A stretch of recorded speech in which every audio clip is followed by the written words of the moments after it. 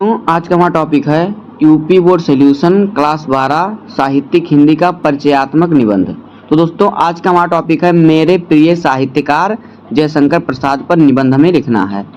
तो देखिए इस निबंध के शीर्षक क्या क्या हैं। शीर्षक का मतलब कि ये और किस प्रकार से यह निबंध पूछ सकता है।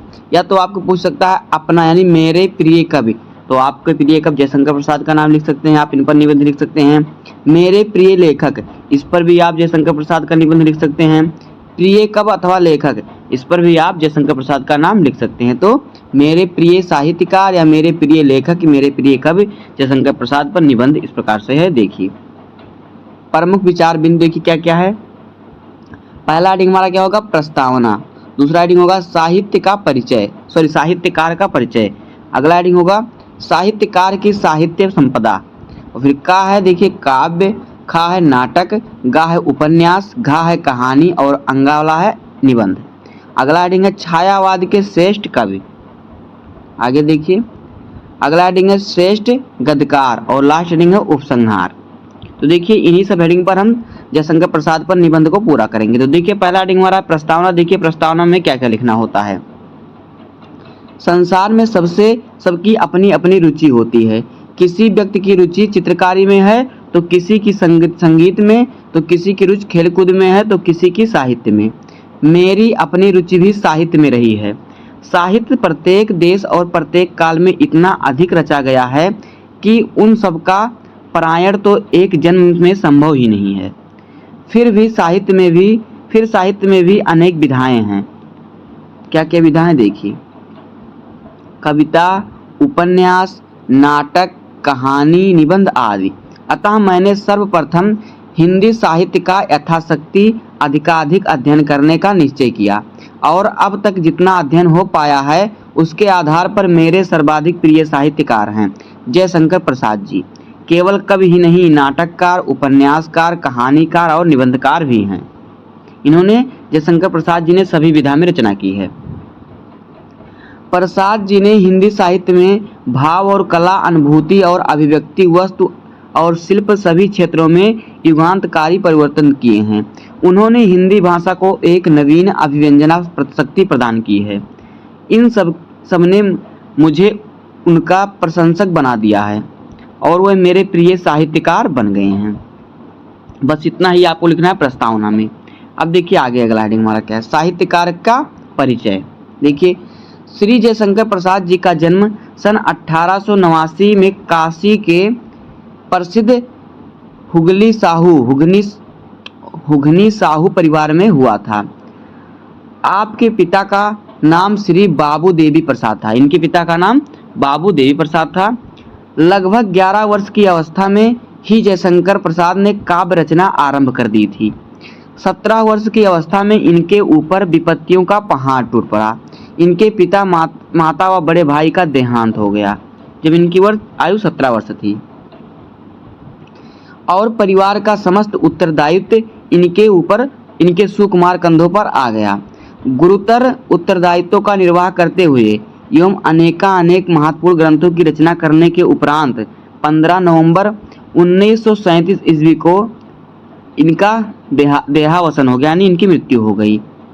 48 वर्ष के छोटे से जीवन में इन्होंने जो बड़े बड़े काम किए उनकी कथा सचमुच अकथनीय है, कहने योग्य नहीं है, उसे नहीं कहा जा सकता। उन्होंने इतनी कम उम्र में इतना बड़ा काम किया। अब देखिए अगला हेडिंग हमारा क्या है, साहित्यकार की साहित्य संपदा। प्रसाद जी की रचनाएं सन 1907 से 1908 ईस्वी में सामयिक पत्र पत्रिकाओं में प्रकाशित होने लगी थी। ये रचनाएं ब्रज भाषा की पुरानी शैली में थीं, जिनका संग्रह चित्राधार में हुआ। सन 1913 ईस्वी में ये खड़ी बोली में लिखने लगे। प्रसाद जी ने पद्य और गद्य दोनों में सधिकार रचनाएं की। इनका वर्गीकरण निम्नवत है। देखिए काव्य में इन्होंने क्या लिखा। काव्य इनका क्या क्या है, कानन कुसुम, प्रेम पथिक, महाराणा का महत्व, झरना, आंसू, लहर और कामायनी। कामायनी जो क्या है महाकाव्य है। अब देखिए अगला है क्या, नाटक। इन्होंने कुल मिलाकर 13 नाटक लिखे। इनके प्रसिद्ध नाटक देखिए क्या क्या है, चंद्रगुप्त, स्कंदगुप्त, आजाद शत्रु, जन्मेजय का नाग यज्ञ, कामना और ध्रुव स्वामिनी। अब देखिए इनका उपन्यास क्या क्या है, कंकाल, तितली और इरावती। आगे देखिए कहानी है, कहानी में देखिए इनका क्या क्या है, प्रसाद जी की विविध कहानियों के 5 संग्रह हैं, छाया, प्रतिध्वनि, आकाशदीप, आंधी और इंद्रजाल। अगला हेडिंग देखिए हमारा क्या है, निबंध। तो देखिए इन्होंने निबंध में क्या क्या लिखा, प्रसाद जी ने साहित्य के विविध विषयों से संबंधित निबंध लिखे जिनका संग्रह है काव्य और कला तथा अन्य निबंध। अब देखिए अगला हेडिंग है, छायावाद के श्रेष्ठ कवि। छायावाद हिंदी कविता के क्षेत्र का एक आंदोलन है जिसकी अवधि सन 1920 से 1936 ईस्वी तक मानी जाती है। प्रसाद जी छायावाद के जन्मदाता माने जाते हैं। छायावाद एक आदर्शवादी काव्यधारा है जिसमें व्यक्तिकता, रहस्यात्मकता, प्रेम, सौंदर्य तथा स्वच्छंदवाद की सबल अभिव्यक्ति हुई है। प्रसाद जी की आंसू नाम की कृति के साथ हिंदी में छायावाद का जन्म हुआ। आंसू का प्रतिपाद है विप्रलंबन श्रृंगार, प्रियतम के वियोग की पीड़ा, वियोग के समय आंसू बनकर वर्षा की भांति उमड़ पड़ती है। अब देखिए आगे क्या है, जो घनीभूत पीड़ा थी स्मृति सी नभ में छाई, दुर्दिन में आंसू बनकर वह आज बरसने आई। आगे देखिए, प्रसाद जी के काव्य में छायावाद अपने पूर्ण उत्कृष्ट पर दिखाई देता है। अब देखिए इनका यथा सौंदर्य अगला हेडिंग हमारा है, निरूपण एवं श्रृंगार भावना, प्रकृति प्रेम, मानवतावाद, प्रेम भावना, आत्म अभिव्यक्ति, प्रकृति पर चेतना का आरोप, वेदना और निराशा पर स्वर, देश प्रेम की अभिव्यक्ति, नारी के सौंदर्य का वर्णन, तत्व चिंतन, आधुनिक बौद्धिकता, कल्पना का प्राचुर्य तथा रहस्यवाद की मार्मिक अभिव्यक्ति, अन्यत्र इंगित छायावाद की कलागत विशेषताएं अपने उत्कृष्ट रूप से इनके काव्य में उभरी हुई दिखाई देती हैं ये सभी। अब देखिए आगे,